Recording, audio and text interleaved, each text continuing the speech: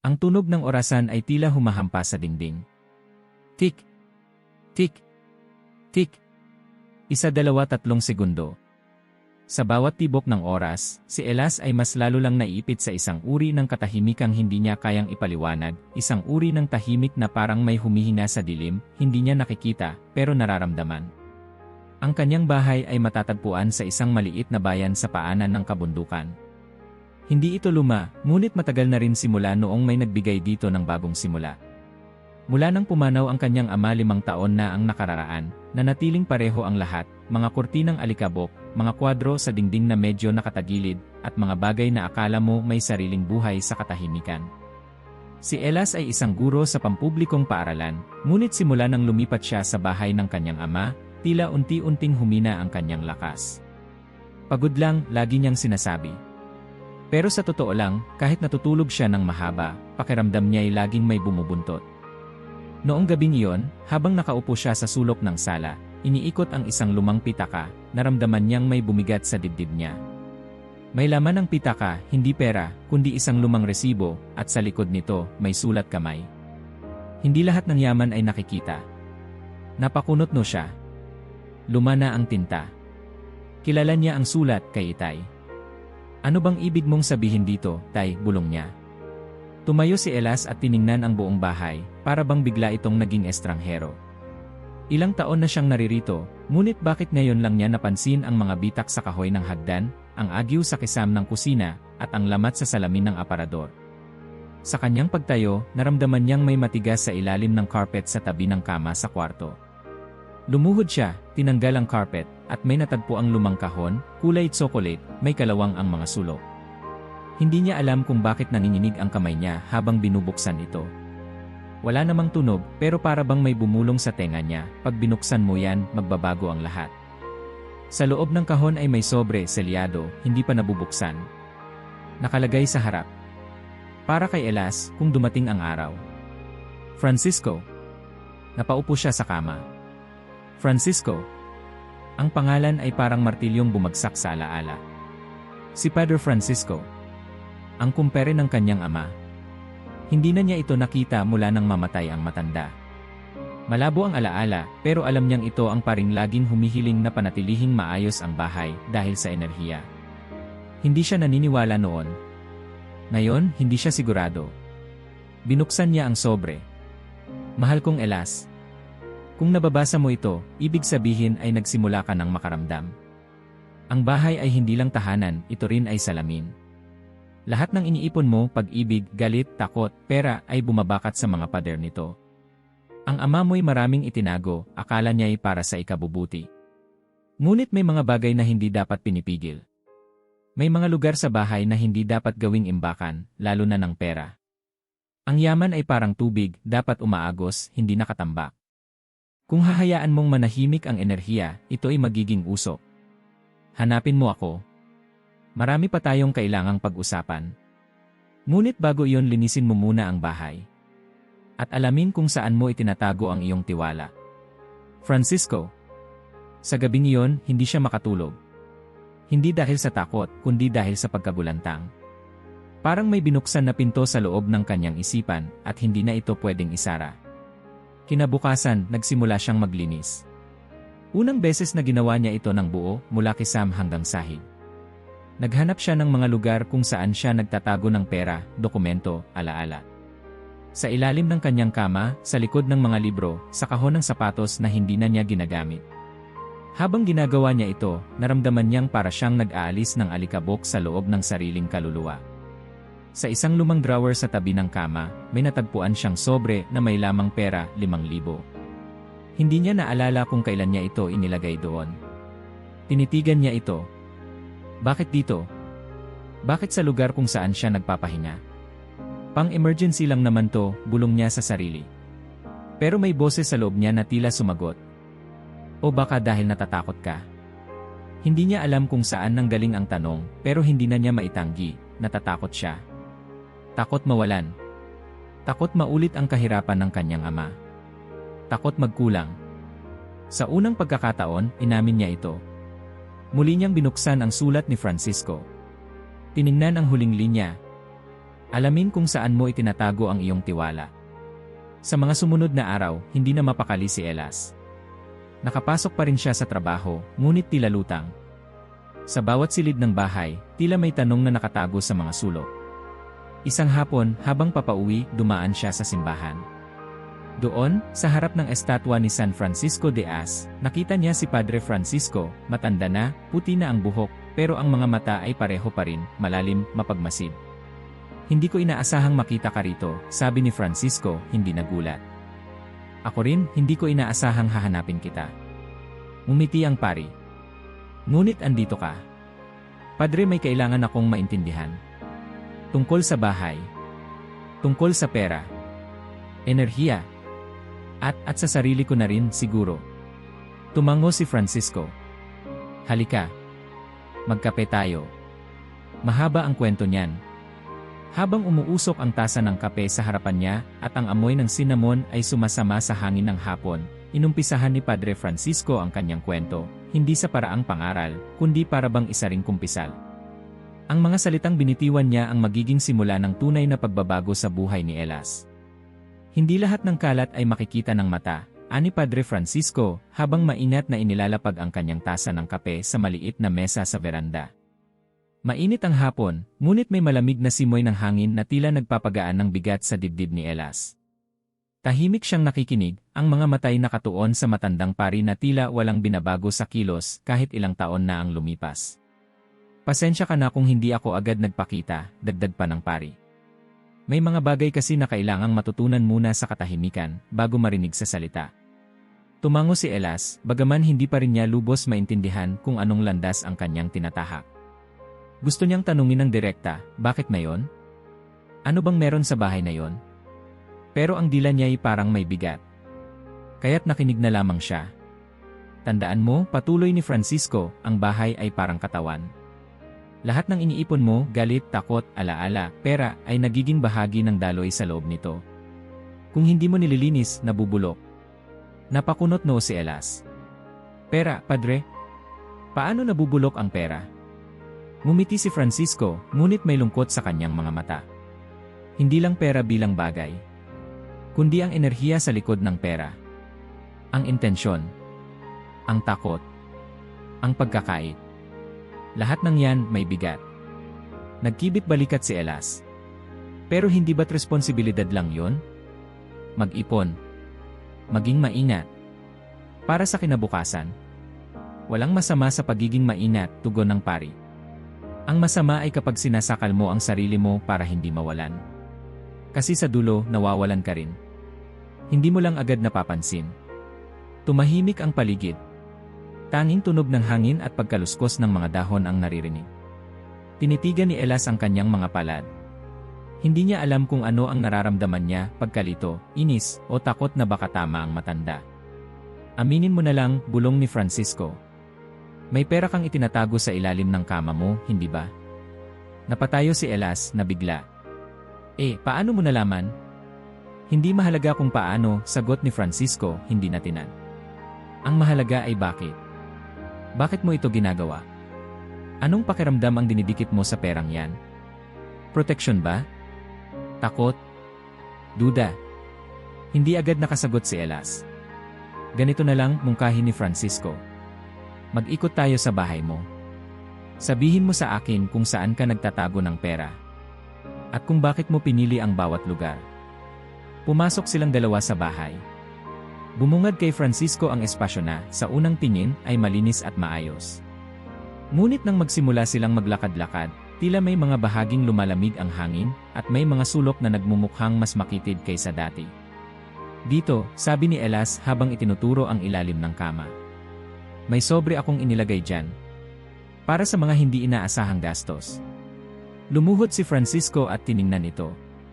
Alam mo ba kung anong lugar ito sa iyong bahay, simbolikong nagsasalita? Lugar ng pahinga? Lugar ng kaluluwa? Ang higaan ay sagrado. Dito ka bumabalik tuwing ikaw ay sugatan kapag pagod ka sa mundo. Kapag nilagyan mo ito ng takot at, kahit perang may kasamang takot, binubulabog mo ang katahimikan ng sarili mo. Hindi nakaimik si Elas. Parang unti-unting binubuksan ang kanyang isipan sa isang wika na noon ay hindi niya pinapansin. Sumunod sila sa kusina. May isang lumang latang nakaipit sa taas ng kabinet. Diyan naman ako naglalagay kapag sobra, ani Elas, halatang defensive ang tono. Tumango si Francisco. Ang kusina ay lugar ng paglikha. Dito nagmumula ang nutrisyon. Pero kapag nilalagyan mo ito ng alalahanin, iniiba mo ang daloy. Isipin mo, paano kung ang bawat ulam na niluluto mo ay may halong takot sa kakulangan? Hindi mo man namamalayan, pinapakain mo ang sarili mo ng pangamba. Pero practical lang, padre. Gusto ko lang may madali akong makuha kung kailangan. Ang tanong, Elas, ilang beses mo na ba yang ginamit sa tunay na emergency? O baka naman nandoon lang, patunay ng isang takot na ayaw mong harapin. Hindi na naman siya nakaimik. Parang unti-unting nauupos ang kanyang depensa. Naglakad sila sa sala. Dito, tinuro ni Elas ang maliit na drawer sa tabi ng AC. Minsan, may barya akong nilalagay dito. Pambayad sa delivery, mga ganyan. Hindi lang barya ang problema rito, ani Francisco. Tingnan mo ang paligid, telebisyon, radyo, gadgets. Lahat may tunog. Lahat may galaw. Lahat may distraksyon. Ang pera na nilalagay sa gitna ng kaguluhan ay naliligaw. Nawawala sa sentro. Kaya pala kahit may laman ang pitaka, parang kulang pa rin lagi. Umupo si Ella sa sofa. Napahawak siya sa sentido. Hindi ko alam na ganito kalalim to. Hindi naman ito tungkol sa pagiging tama o mali, malumanay na paliwanag ni Francisco. Ito ay tungkol sa koneksyon. Ano ang relasyon mo sa yaman? Pinagkakatiwalaan mo ba ito? O kinokontrol mo dahil natatakot kang mawalan? Siguro pareho. Doon tayo magsisimula. Nang matapos silang maglibot, bumalik sila sa veranda. Tahimik si Elas, para bang maraming bagyong dumaan sa isip niya. Si Francisco na may nakatitig lamang sa kalangitan na unti-unti nang nangingitim. Elas, wika ng pari, hindi kita binisita para sabihin masama kang tao. Binisita kita para ipaalala na minsan, ang pinakamalalaking pagbabago ay nagsisimula sa pag-amin sa maliit na gulo. Tiningnan siya ni Elas, at sa kauna-unahang pagkakataon sa loob ng maraming taon, hindi siya umatras sa tingin ng pari. Anong kailangan kong gawin? Tanong niya. Ngumiti si Francisco. Linisin ang mga lugar. Pero hindi lang gamit ang walis. Gamit ang panalangin, pasensya, at ang lakas ng loob na bitawan ang takot. Ilang araw mula ngayon, babalik ako. Ihanda mo ang sarili mo, dahil hindi lang bahay ang lilinisin mo, pati na rin ang loob mo. Tumango si Elas. At sa unang pagkakataon, hindi dahil sumunod lang siya, kundi dahil gusto niyang simulan. Kinabukasan, maaga pa lang ay gising na si Elas. Hindi dahil sa alarma, kundi dahil sa isang panaginip, isa na namang kakaiba. Sa panaginip, nasa loob siya ng sarili niyang kwarto, ngunit lahat ng bagay ay pabaliktad. Ang kamay nasa kisam, ang salamin ay wala siyang refleksyon, at may bulong na paulit-ulit sa kanyang tenga, bitawan mo na. Nang dumilat siya, pawis na pawis ang likod niya kahit malamig ang hangin. Napaupo siya sa gilid ng kama at napatingin sa ilalim nito. Para bang may humihila sa kanya para bumalik sa bagay na matagal na niyang iniiwasan. Tumayo siya at sinilip sa ilalim ng kutson. Nandoon pa rin ang sobre. Tumitibok ang dibdib niya habang kinukuha ito, parang alam ng katawan niya na may bigat ang bawat papel sa loob. Binuksan niya ang sobre at binilang ang pera, 15,000. Hindi niya maalala kung kailan niya ito inilagay roon. Para sa emergency, bulong niya sa sarili. Ngunit sa pagkakataong ito, hindi sapat ang paliwanag. May gumugulo. Lumabas siya ng kwarto, ngunit hindi niya naiwan ang bigat sa dibdib. Sa halip, pakiramdam niya'y dala-dala niya ito saan man siya magpunta sa bahay. Habang naglalakad sa pasilyo, parang may aninong sumusunod. Paglingon niya, wala namang tao. Pero ang pakiramdam ay hindi umaalis. Sa buong maghapon, hindi siya mapakali. Hindi niya maikonsentra ang sarili sa trabaho sa laptop. Nawawala ang gana niyang kumain. At sa bawat sandali, tila may naririnig siyang boses sa utak niya, ilalim-ilalim di. Sa hapon, sinubukan niyang muling ayusin ang kwarto. Tinanggal niya ang mga lumang sapin ng kama, nilinis ang ilalim, at isinantabi ang sobre ng pera sa mesa. Ngunit nang lumapit siya para itapon ang mga lumang papel sa drawer, nadulas siya sa sahig. Tumama ang tuhod niya at halos mapasigaw siya sa sakit. Habang nakaupo sa sahig, napahawak siya sa ulo. Para siyang sinusubok ng sariling bahay. Kinagabihan, mas matindi ang panaginip. Nasa loob siya ng silid, katulad ng una, ngunit may malaking pako sa kisam na unti-unting bumababa.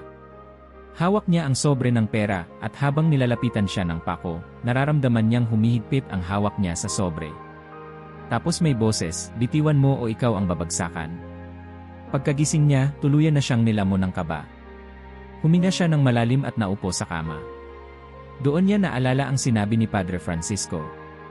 Ang higaan ay sagrado. Kapag nilagyan mo ito ng takot at, kahit perang may kasamang takot, binubulabog mo ang katahimikan ng sarili mo. Tumayo siya. Tumitig sa sobre. At sa isang biglaang bugso ng lakas ng loob, binuksan niya ang bintana, sinagap ang malamig na hangin, at sumigaw sa dilim. Ayoko na ng takot. Hindi niya alam kung may nakarinig. Pero hindi iyon mahalaga. Ang mahalaga, narinig siya ng sarili niya. Kinuha niya ang sobre, binalot ito sa tela, at inilagay sa isang kahon. Sa loob ng kahon ay isang maliit na papel kung saan isinulat niya ang, hindi ko na ito dadalhin sa kama. Kinabukasan, dinala niya ang kahon sa silid-aklatan sa dulo ng bahay, isang lugar na matagal nang hindi niya ginagalaw. Nagsimula siyang mag-ayos, magwalis, at maglagay ng mesa. Inilagay niya ang kahon sa gitna. Sa tabi nito, isang kandilang hindi pa nagagamit. Simula ngayon, bulong niya, dito kita ilalagay, hindi para itago, kundi para alalahanin kung saan ako natakot. At kung paano ko iyon tinanggap.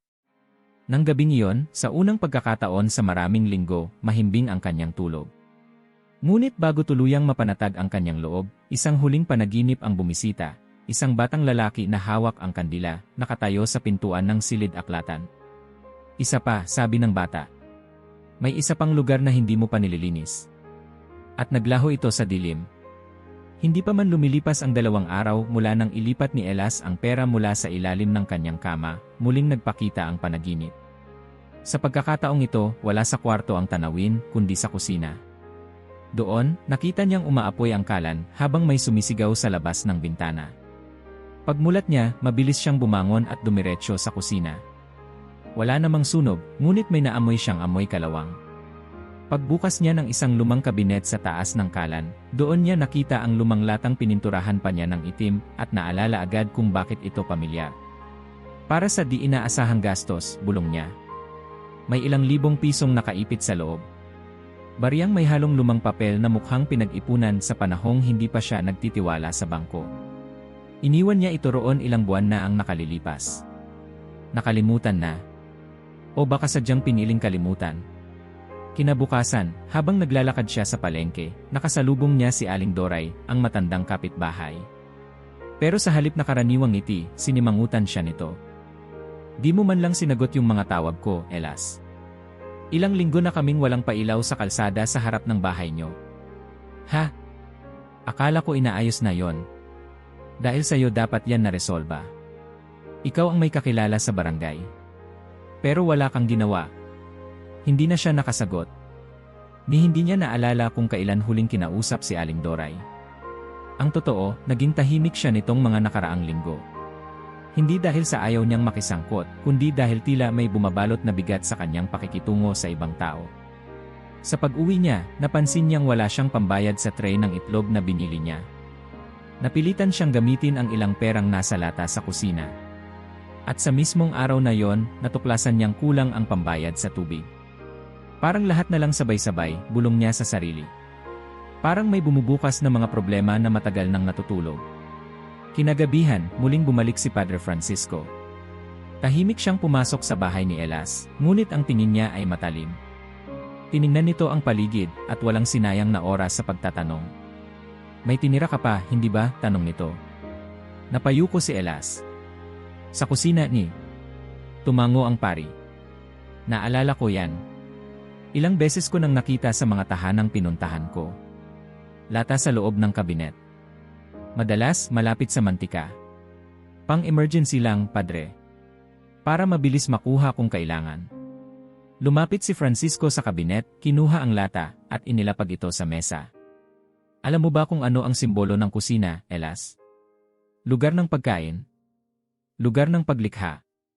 Dito nabubuo ang lakas ng katawan.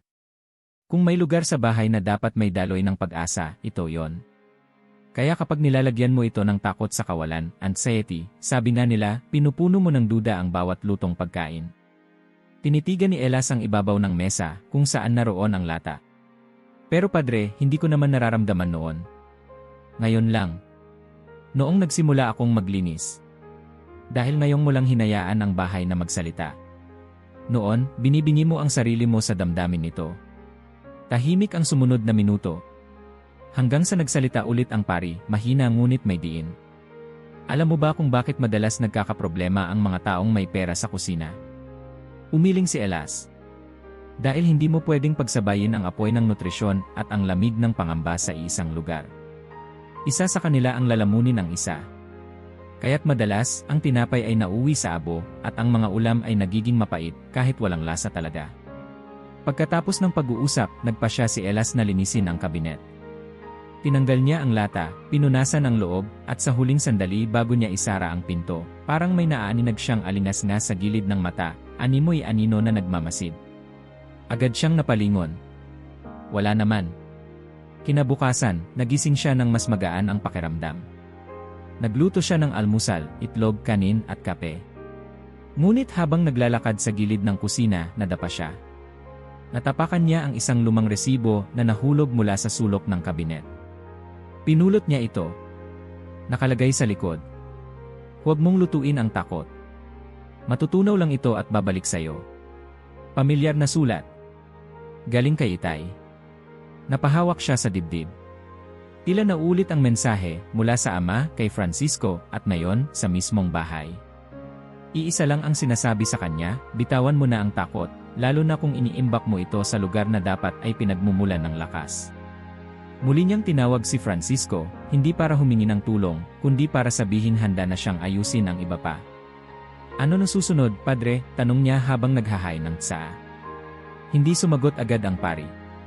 Sa halip, ibinuka nito ang palad at ipinakita ang isang maliit na susi. Luma na, parang galing pa sa lumang bal. Saan to? Tanong ni Elas. Sa taas. Sa silid na hindi mo pa binubuksan simula noong namatay ang ama mo. Napalunok si Elas. Yung bodega sa itaas din. Tumango si Francisco.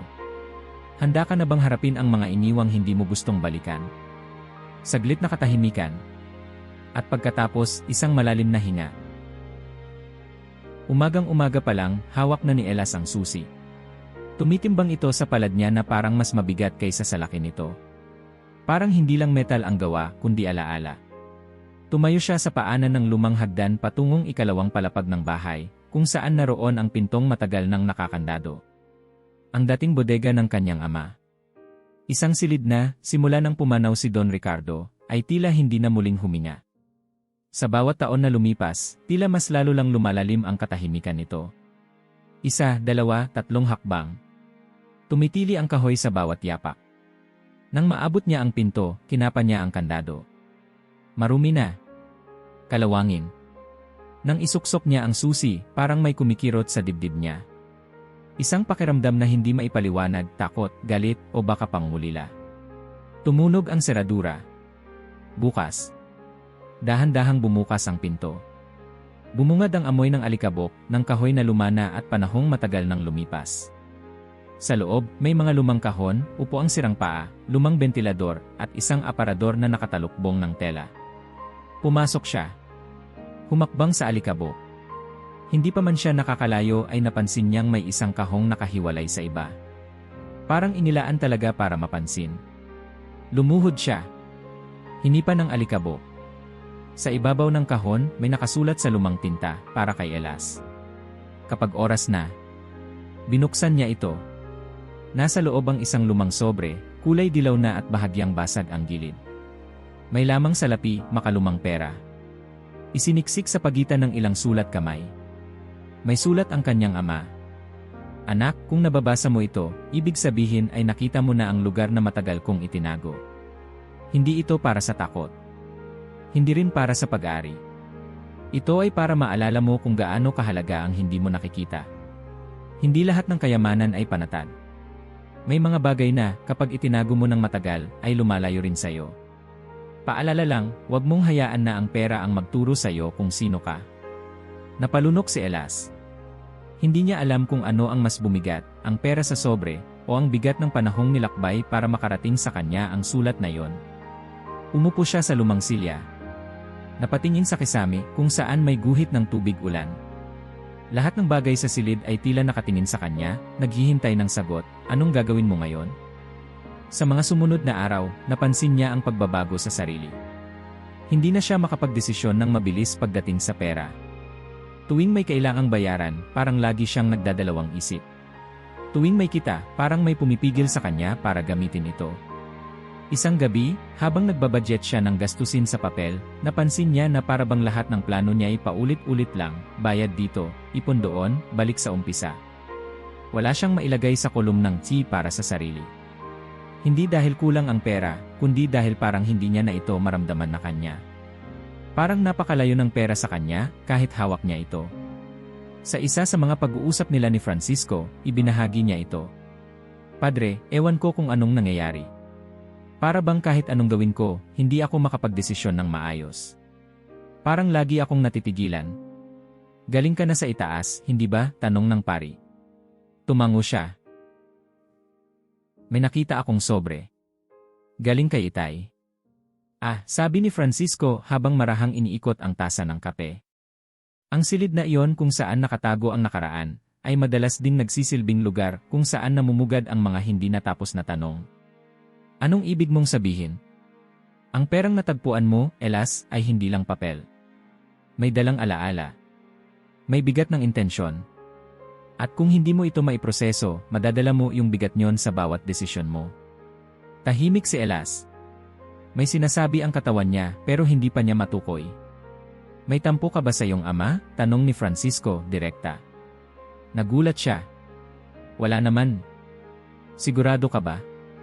At doon siya napayuko. Sapagkat sa ilalim ng lahat ng respeto at pangungulila, may galit siyang hindi pinangalanan, galit sa katahimikan ng kanyang ama, sa hindi pagkakaroon ng pagkakataong magtanong, at sa dami ng iniwang sagot na ngayon niya lang natuklasan. Pagbalik niya sa bodega, muling binuksan ni Elas ang kahon. Dinala niya ang sobre, binilang ang pera, at inilagay ito sa isang bagong sisidlan, isang kahon na siya mismo ang gumagawa. Sa kahon, inilagay niya rin ang isang larawan nilang mag-ama, nagkakatuwaan sa may ilog, noong bata pa siya. Nagsindi siya ng kandila. Hindi para sa alaala ng pagkamatay, kundi para sa alaala ng pagbitaw. Salamat tay, mahina niyang sabi. Hindi ko ito dadalhin bilang bigat. Dadalhin ko ito bilang aral. At habang nagsasara siya ng pinto ng bodega, para bang naramdaman niyang sumara rin ang isang matagal ng bukas na sugat. Sa pagbaba niya ng hagdan, tahimik na nakaupo si Francisco sa may sala. Handa ka na? Tanong nito. Sa alin? Sa ingay. Kasi ang susunod mong haharapin, hindi tahimik. Maingay. Magulo. Puno ng alon ng impormasyon. Ang ibig mong sabihin, ang mga elektronikong bagay. Television. Computer. Microwave. At ang lugar kung saan iniimbak ang tukso.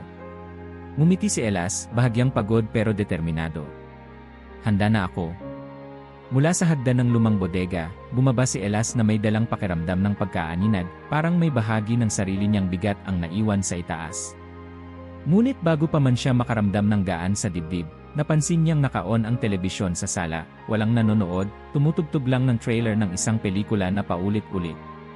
Nilapitan niya ito at pinatay. Hindi ko man lang namalayang bukas pala to, bulong niya sa sarili. Bumaling siya sa maliit na drawer sa ilalim ng ehe. Dito niya madalas ilagay ang mga supli, ilang baryang pambayad sa delivery, at minsan pati mga tip para sa kartero o basurero. Pagbukas niya, may nakita siyang sobre, punit na sa gilid, at may 300 piso lamang ang laman. Parang may kulang, naisip niya. Sigurado akong 500 piso ang iniwan ko rito nung isang araw lang. Nagsimula ang pag-imbestiga. Inisa-isa niya ang mga resibo, tiningnan ang kanyang cash transactions, notebook ng gastusin.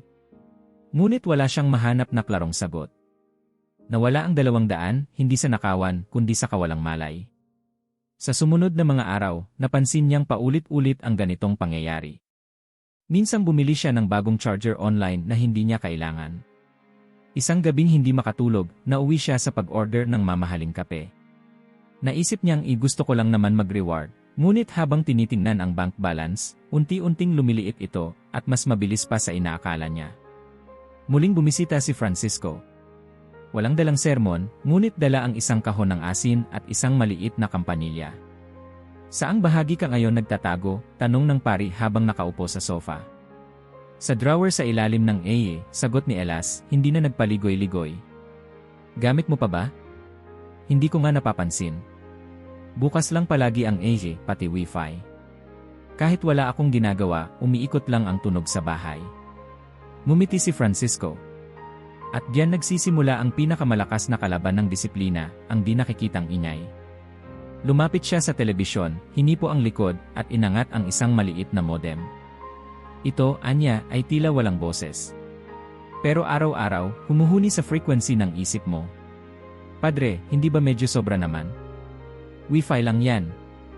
Hindi ito tungkol sa signal, Elas. Kundi sa presensya. Ilang oras sa isang araw ang ginugugol mo sa mga bagay na hindi mo naman pinlano. Ilang gastusin ang hindi mo naisip, pero nangyari dahil nandyan lang. Hindi mo naramdaman ang pagkawala kasi hindi ka nakatingin. Natahimik si Elas. Totoo nga. Hindi niya binibigyang pansin ang mga maliliit na desisyong ginagawa niya habang may nakabukas na background noise, mga ad na sinundan niya sa Instagram, mga api na binili niya dahil sa promo, mga bagay na dumaan lang sa screen ngunit lumabas sa bulsa. Kinabukasan, gumawa siya ng eksperimento. Pinatay niya ang AC, tinanggal ang modem sa pagkakasaksak. Inilabas niya lahat ng perang nasa drawer at itinago sa mas tahimik na lugar, sa lumang lalagyan sa may estante ng aklat. Sa loob lamang ng 2 araw, ramdam na niya ang pagbabago. Mas kalmado ang bahay. Mas malinaw ang isip.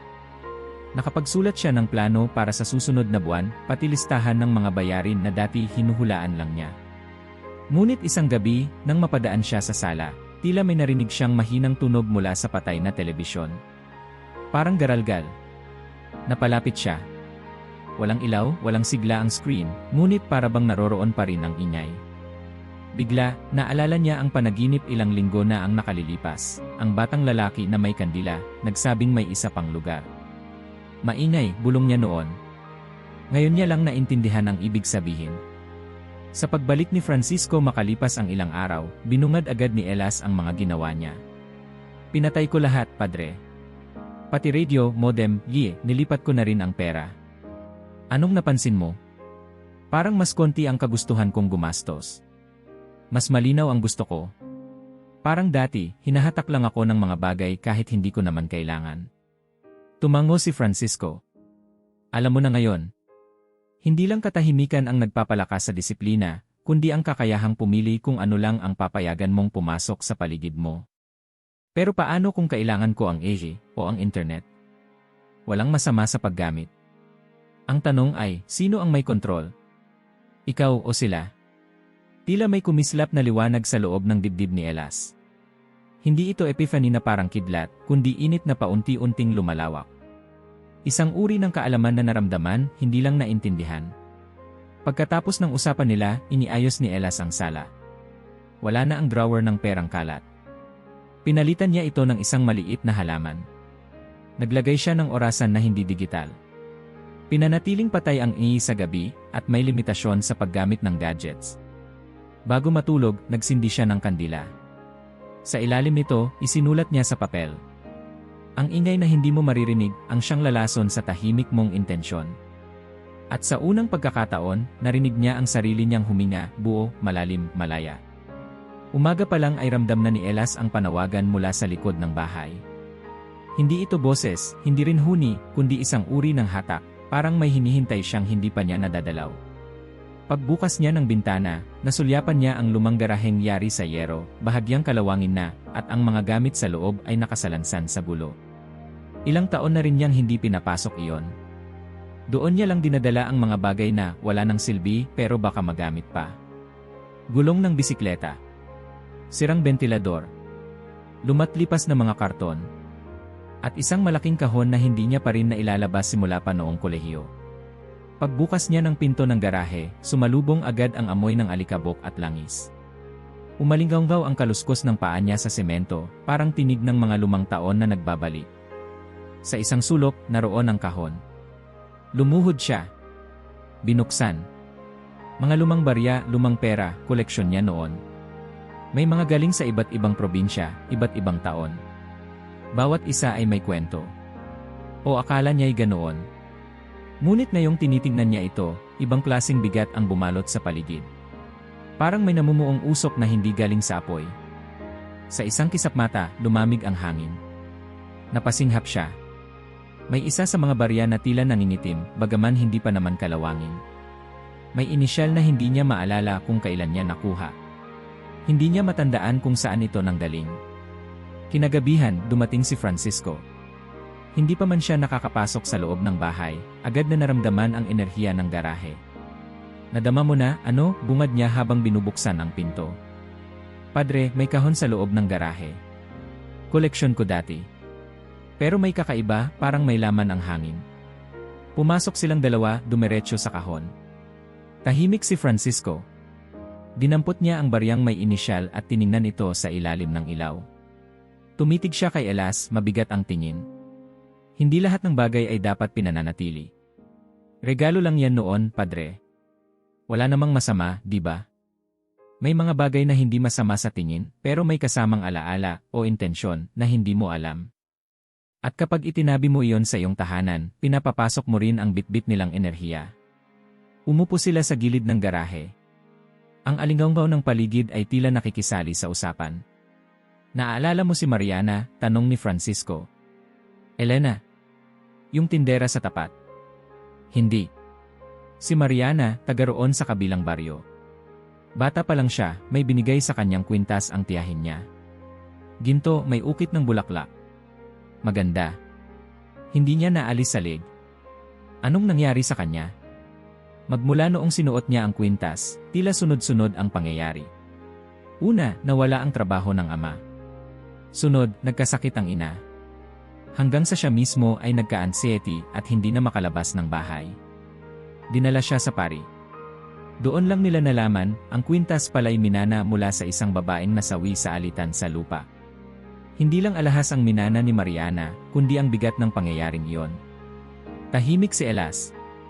Binura ba ng dasal ang lahat? Tanong niya. Hindi agad. Pero nang tuluyang isinuko ni Mariana ang kwintas, hindi sa basura, kundi sa isang lugar ng pasasalamat at bitaw, saka lang unti-unting nawala ang ulap sa paligid nila. Tumingin si Elas sa kanyang mga barya. Ibig mong sabihin, may mga bagay na galing sa ibang tao na, kahit inosente, may dalang bigat. Tumango si Francisco. Hindi lang sa kanilang pinanggalingan, kundi kung paano mo ito tinanggap. Minsan, kahit regalo, kung tinanggap mong may pag-aalinlangan, iyon ang nananatili sa bagay. At kung matagal mo itong itinabi, sa lugar gaya ng garahe, na likas na lugar ng transisyon, doon lalong nagiging ligaw ang enerhiya. Transisyon? Ang garahe ay hindi bahay, hindi rin labas. Isa itong lugar ng pagdaan. Hindi ito lugar ng pag-imbak. Kaya kung magtatago ka rito ng alaala, lalo na yung hindi mo pa nabibigyang kahulugan, para mong itinapon ang intensyon sa gitna ng daan. Hindi makaabante, hindi rin makabalik. Napasandal si Ella sa pader. Pakiramdam niya ay unti-unting binubuksan sa kanya ang katotohanan sa mga desisyong dati hindi niya iniisip. Kinabukasan, binalikan niya ang garahe. Isa-isang pinulot ang mga baryang gusto niyang itira. Hindi dahil sa halaga, kundi dahil may kwento silang alam niya, mga perang ipinamigay sa kanya ng kaibigan, mga nabitbit mula sa paglalakbay. Ngunit ang baryang may inisyal. Ibinalot niya ito sa papel. Isinulat niya, salamat sa alaala. Ngayon ay malaya na ako. Dinala niya ito sa ilog sa dulo ng baryo at ibinaon sa lupa, malapit sa ugat ng isang punong kahoy. Pagbalik niya sa bahay, pakiramdam niya ay maluwag ang dibdib. Ang garahe ay wala ng amoy ng langis o baka siya lang ang nagbago ng pagtingin. Tinapon niya ang mga bagay na alam niyang hindi na kailanman magagamit. Sa sulok ng pader, may natagpuan siyang maliit na sulat. Galing ito sa kahon, nakaipit pala sa ilalim ng takip. Sulat kamay ni Don Ricardo. Anak, hindi lahat ng bagay ay kailangang itabi. Ang tunay na yaman ay iyong alam mong pwedeng bitawan ng may ngiti. Kung hawak mo lang dahil natatakot kang mawala ito, baka matagal nang nawala sa iyo ang sarili mong kapayapaan. Sa hapong iyon, habang nagsusulat si Ella sa kanyang journal, dumaan si Francisco at mumiti. Malapit na, sabi ng pari. Elas, may natira pang isa. Isang lugar na mukhang maayos pero punong-puno ng tensyon. Saan? Ang mesa ng trabaho. Ang opisina. Lugar kung saan akala mong kontrolado mo ang lahat, pero doon pala nahuhulog ang disiplina sa ilalim ng papeles at mga deadline. Tumango si Elas. Gusto ko na ring harapin yon. Bukas, ani Francisco. Sa liwanag ng umaga. Umagang malamig, tahimik ang buong bahay, at sa gitna ng katahimikang iyon, napagtanto ni Elas, wala na siyang takot na bumangon. Hindi na niya nararamdaman ang dati bigat sa dibdib o ang pagkalito sa paggising. Sa halip, may linaw sa isipan at banayad na sigla sa katawan. Wala namang himalang nangyari, wala ring bigla ang pagbabago sa sitwasyon sa labas. Pero sa loob ng bahay at ng sarili, parang may bumukas. Lumakad siya papunta sa kanyang lumang mesa sa silid-aklatan, ang dating lugar ng kalat at papel, na ngayoy maayos na. Sa sulok ng drawer, gumawa siya ng bagong espasyo. Hindi na ito taguan, kundi isang tahanan, isang keji ng pananampalataya at kasaganaan. Pinili niya ang kahon ng may pag-iingat. Gawa sa kahoy, simple, walang palamuti. Sa loob nito, naglagay siya ng maliit na sobre na may ilang daang piso. Hindi bilang reserba, kundi bilang paalala, may dumadaloy. Laging may dumarating. Laging may maibabahagi. Sa tabi ng sobre, isinulat niya sa papel. Tinatanggap ko ang kasaganaan ng may pasasalamat at pananampalataya. Ang yaman ay hindi ko hinahabol, kundi tinatanggap sa tamang panahon. Naglagay din siya ng maliit na krus, isang piraso ng citrine na ibinigay sa kanya ni Francisco, at isang kandilang kulay berde. Araw-araw, bago magsimula ang gawain, binubuksan niya ang kejin, binabasa ang dasal, at tahimik na humihinga ng malalim. Makalipas ang ilang araw, nagsimulang lumitaw ang mga pagbabago. Isang dating kasamahan sa eskwela ang muling nagparamdam, nag-aalok ng part-time consulting na may bayad. Walang pilit. Dumating lang. Ang isang alitan sa pamilya na matagal nang hindi nila pinag-uusapan, biglang nabuksan sa isang hapunan, at sa halip na pagtatalo, nagkaroon ng pag-unawa. Ang kanyang pagtulog mahimbing. Wala nang mga aninong sumusulpot sa panaginip, wala na ang mga misteryosong boses. Sa halip, panaginip ng tubig, ng liwanag sa bundok, ng bata sa kandila, ngunit ngayon, nakangiti ito. Linggo ng hapon, nakaupo siya sa harap ng mesa nang dumating si Francisco, bitbit ang isang maliit na supot. Para sa'yo, sabi ng pari. Pagbukas ni Elas, nakita niya ang isang maliit na lalagyan ng asin, isang lumang kwaderno, at isang piraso ng tela na may borda. Ang liwanag ay tumitira kung saan may kalinisan. Simula na ng ritual mo, wika ni Francisco. Hindi mo na ako kailangan para dito. Ano nang gagawin ko? Isang beses sa isang linggo, linisin mo ang lugar na yon. Hindi lang ng kamay, kundi ng panalangin. Hindi mo kailangang humiling, magpasalamat lang. At kung may mababago, hayaan mo. Ang layunin ng kabanayan ay hindi yumaman ka, kundi maalala mo kung ano ang meron ka. Ginawa niya iyon. Tuwing Sabado ng umaga, nililinis niya ang kanyang kejin. Pinapalitan ang papel kung kinakailangan. Minsan, nagsusulat siya ng bagong dasal. Iba't ibang anyo, iisang nilalaman, pasasalamat. Minsang isinulat niya, salamat sa kapayapaan, sa mga hindi ko alam na proteksyon, sa mga desisyong inilayo ako sa panganib. Ibang araw naman, hindi ako kulang. Hindi kailanman naging kulang ang mayroon ako. Salamat sa kabuang dumadaloy sa katahimikan. At sa bawat pagsulat, para bang may tumatama sa loob niya, hindi sigaw, kundi pagtango ng kaluluwa. Andyan ako. Nakikinig ako. Lumipas ang mga linggo, mas naging malinaw sa kanya ang relasyon ng pera sa kanyang puso. Hindi na ito gulo. Hindi na ito takot. Hindi na rin ito layunin. Isa na lang itong kasangkapan. Parang pako, maaaring itayo ang bahay, pero hindi dapat gawing altar. Nagsimula rin siyang magturo muli sa paaralan, mas bukas ang puso, mas nakikinig sa mga estudyante. Ang dating antok at kawalang gana, napalitan ng layuning tahimik pero buo, gabayan, hindi lang magturo. Isang gabi, habang nakaupo sa tabi ng bintana, tanaw ang buwan, naramdaman niyang may dumarating sa likod niya. Lumingon siya. Si Francisco tahimik, nakangiti.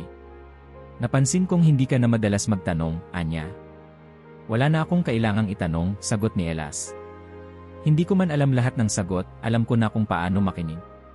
Tumango ang pari. Handa ka na, Elas? Handa saan? Handa nang mamuhay hindi ayon sa takot, kundi ayon sa tiwala. Handa nang tanggapin ang darating, hindi dahil sa gusto mo, kundi dahil alam mong sapat ang ibinibigay. Tumayo si Francisco. At sa huling pagkakataon, bago siya tumalikod, tumingin siya kay Elas at sinabing, ang susunod mong kaban ay hindi sa drawer, kundi sa puso mo. Sa gabing iyon, nagsindi muli si Elas ng kandila. Binuksan ang kejen. Wala siyang isinulat. Wala siyang hiniling. Tumitig lang siya sa liwanag at pabulong na nagsabi, salamat. At sa katahimikan, sa wakas, narinig niyang bumalik ang liwanag sa loob ng bahay. Nakangiti si Elas habang pinagmamasdan ang sikat ng araw na dahan-dahang bumabalot sa silid-aklatan. Ang liwanag ay pumapasok sa mga siwang ng kahoy na bintana, sumasayaw sa alikabok na tila mga alaalang malaya na sa bigat ng kahapon. Ang mesa sa harapan niya ay maayos. Sa isang tabi nito ay ang kanyang kejen ng pananampalataya, tahimik, simpleng naroroon. Hindi na niya ito binubuksan araw-araw. Hindi na kailangan. Ang laman nito ay hindi na lang pera o mga papel na may dasal. Ang tunay nitong laman ay ang disiplina at ang paniniwala na kayang dalhin ng katahimikan ang kasaganaan. Tahimik ang buong bahay. Ngunit hindi na ito ang uri ng katahimikan na bumabalot sa puso ng takot. Ito ngayon ay katahimikan ng tahanang alam na kung sino siya. Isang bahay na huminga muli. Upo na sana siya sa silya nang marinig niya ang katok. Pagbukas niya ng pinto, naroon si Francisco. Pareho pa rin ang hitsura, suot ang parehas na lumang sombrero, bitbit ang isang maliit na bag, at may hawak na termong may mainit na tsaa. Baka ito na ang huli kong pagdalaw, sabi ng pari, bahagyang nakangiti. Alam ko, tugon ni Elas. At salamat. Pumasok si Francisco, umupo sa silya sa harap ng mesa. Alam mo na ba ngayon kung nasaan ang iyong yaman? Tanong niya habang iniikot ang tasa ng tsaa sa palad. Hindi sa bangko, sagot ni Elas. Hindi rin sa kahon. Sabay silang tumingin sa paligid, sa maayos na estante, sa malinis na kusina, sa katahimikang pumuno sa bahay. Ang yaman ko ay nasa pagkakaayos ng mga iniwan, sa mga bagay na tinanggap kong kailangan kong bitawan, at sa mga desisyong hindi na kailangan ng kumpirmasyon. Tumango si Francisco. Nasa linaw. Nasa loob. Tumahimik silang pareho. Walang kailangang dagdag. Walang kailangang bawasan. Sa gitna ng katahimikan, iminungkahi ni Elas na magdasal sila. Walang ritual, walang dasal na galing sa aklat. Isang panalangin ng pasasalamat at paglaya. Salamat sa mga gabing di ko maintindihan na nagtulak sa akin para huminto. Salamat sa mga kahon na puno ng takot na naging dahilan para ako'y magsimulang maglinis. Salamat sa bawat perang itinago, sapagkat sa pagbitaw ko, natutunan kong tunay na magtiwala. Salamat sa bahay na to, na akala ko'y sira, pero ako pala ang dapat ayusin. At salamat sa iyo, na kahit kailan ay hindi nawala, kahit ako'y lumayo. Kinagabihan, mag-isa na ulit si Elas. Ngunit ang pag-iisa ay hindi nakalungkutan. Ito na ngayon ay kapanatagan. Sa kanyang kamay ay isang bagong liham. Hindi ito para sa sarili niya. Ito ay para sa susunod na makabasa, para sa sinumang maligaw sa ganitong daan na minsan ding tinahak niya. Minamahal kong kaibigan. Kung binabasa mo ito, marahil ay nararamdaman mong may kulang, may gumugulo, o may bagay sa iyong tahanan o puso na tila hindi umaayon. Hindi ka nag-iisa. Dumaan din ako sa ganito. Sa bahay na puno ng alikabok, sa isipan na balot ng ingay, sa mga sulok na pinagtataguan ng takot. Unti-unti, inisa-isa kong hanapin ang ugat. Tinanggal ko ang perang nakatago sa ilalim ng kama, sapagkat natutunan kong ang pahinahan ay sagrado. Inalis ko ang baryang inipit sa kusina, sapagkat ang pagkain ay dapat busog sa pag-asa, hindi sa pangamba. Nilinis ko ang mga sulok, ang bodega ng nakaraan, at ang drawer ng kaguluhan. Lahat ng iyon ay hindi tungkol sa mga gamit, kundi sa ugnayang hindi ko alam na itinahi ko sa kanila. Takot, inggit, pagkakait. Hindi pera ang bumigat sa buhay ko, kundi ang takot na mawala ito. Ngayon, wala pa rin akong sobrang salapi. Ngunit may kalayaan ako sa bawat hakbang. May linaw sa bawat desisyon. At may panatag na paghina sa bawat paggising. Kaya't kung ako'y may maipapayo, isang bagay na pwede mong simulan ngayon mismo, ito ang sasabihin ko. Simulan mo sa iyong bahay. Ayusin mo ang iyong paligid. Itapon ang hindi mo na kayang dalhin.